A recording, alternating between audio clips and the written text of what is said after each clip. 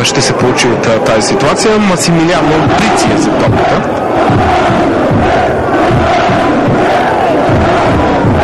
Прици такива футболисти в жълто-черно в наказателното поле. Какво ще избере Прици в тази ситуация? Центриране към задната града, излиза Акалски и успява по страхотен начин да буксира топката.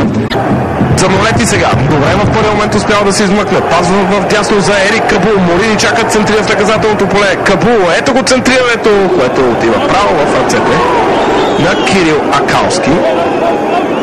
Интересно се опита Морини, да видим какво ще стане в тази атака. Занолети ще стигне на топката, прави го центрира в наказателното поле, право в ръцете на Кирил Акалски.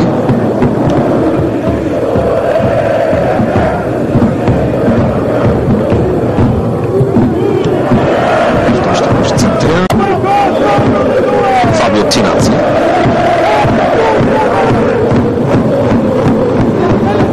Морини между двама опитва се да ги преодолее, не се получава. Добра игра от страна на Кристиян Попов, възможно за контратака на Локомотив Пловдив. Много бавно вече се разитя. Силинянов владя топката, пуска в тясно от себе си за Димитър Витанов. Димитър Витанов и неговото подаване обаче много спорно. Акалски излезе, не добре се намеси, възможност за изстрел и тук се забавиха футболистите на Ботев Пловдив. Изстрел все пак и успява Кирил Акалски да лови топката в последния момент след удара на Джилберто Занолети.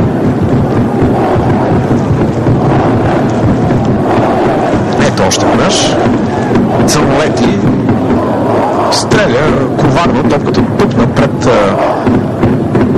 Кирил Акалски, който в първи момент това за да организира контратака. Силиняно отново изпраща топката към наказателното поле. Възможност за Витаров. Изстрел на Витаров и страхотно спасяване на Кирил Акалски. Много добър изстрел на Димитър Витанов, но Акалски се намеси по най-добрия начин. Може би Витанов имаше шанс в тази ситуация да нахлуе в наказателното поле. Ето, може да направи една-две крачки. В центъра на атаката продължава постепенното нападение. Сега удар на Цветомир Цонков и топката е в очертанията на вратата. С Маржил Нунин, около него имаше футболист на Локомотив Пловдив, дълга топка за Стоимир Юриш, която той няма как да стигне. Игра с глава на Сингбо.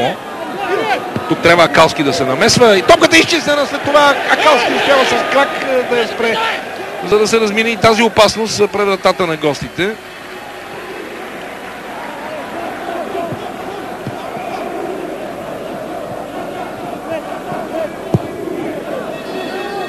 Евертон към централния отбранител. Сега ще трябва малко. Стоимирович бе влязъл в центъра. Сега вече пас към Стоимирович. Двама срещу него, позабави се, намери начин все пак да центрира. Да видим, сега ще се стигне и удар във вратата. Удар на Цонков. Акалски спуска топката и след това пропуск на Мишел Платини. Това беше най-добрата възможност за състава на Черноморец. Добре се разви тази атака, макар в един момент Александър Стоимирович да я позабави малко. Хубаво беше шута на Цонков, добре премерен към долния десен ъгъл. Виждате пак положението. Изпусна Акалски топката, но Мишел Платини не можа да вкара. Все пак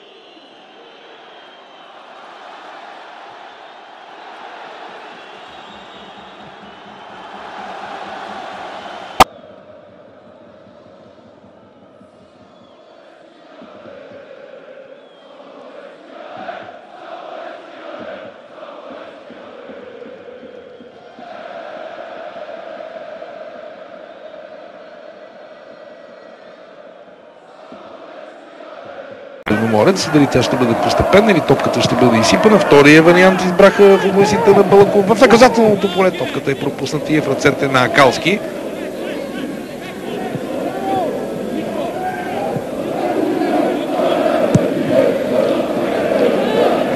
Димитър Карбони ще изпълни това, от което се нуждаят играчите на Балаков, за да може да поуспокоят играта си. Очевидно един гол.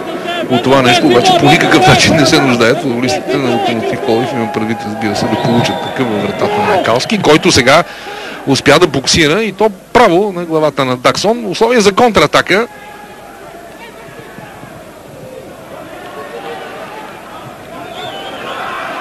Марсио Нуньо. Добро подаване вдясно. Роберто Карбони достига топката. Акалски пак взел добра позиция. Георги Божилов също така имаше голямо желание да играе с глава, но не се получи. Акалски построява стена от колко? 4-5 футболисти. Дръпната на необходимите метри и да видим изпълнението на Божиров и страхотно спасяване отново на Акалски. Топката бе отправена в горния ляв ъгъл от Любомир Божинов, но Акалски показва великолепен рефлект и сега групово неговите съотборници го поздравяват. За пореден път спасява вратата си.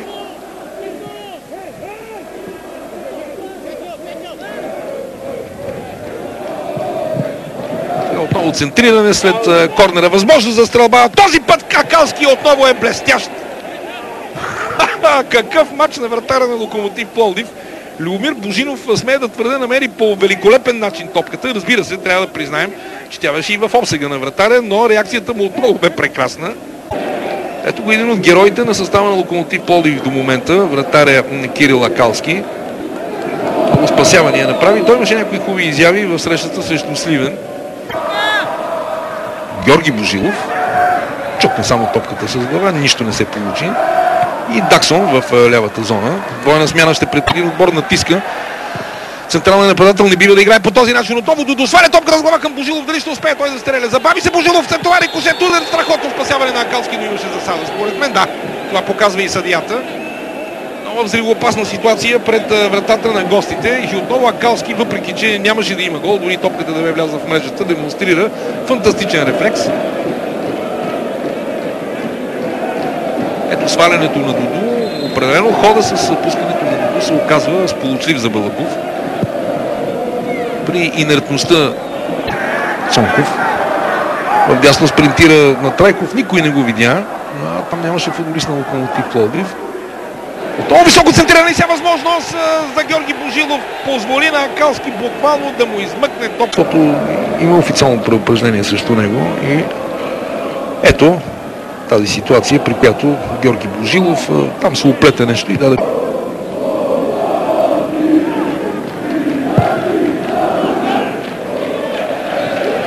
Георги Божилов отново беше предотвратена опасността благодарение на Акалски.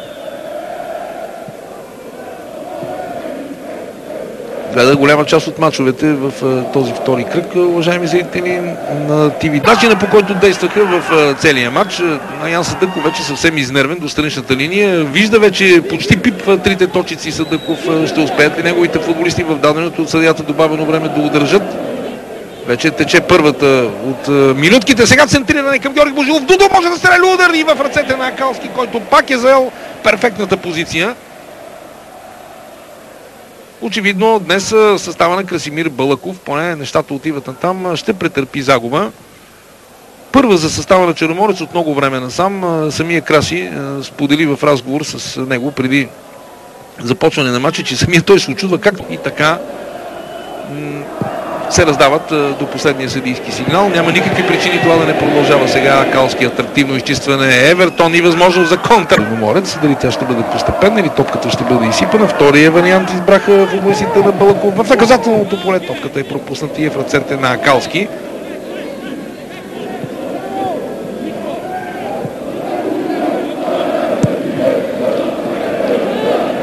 Димитър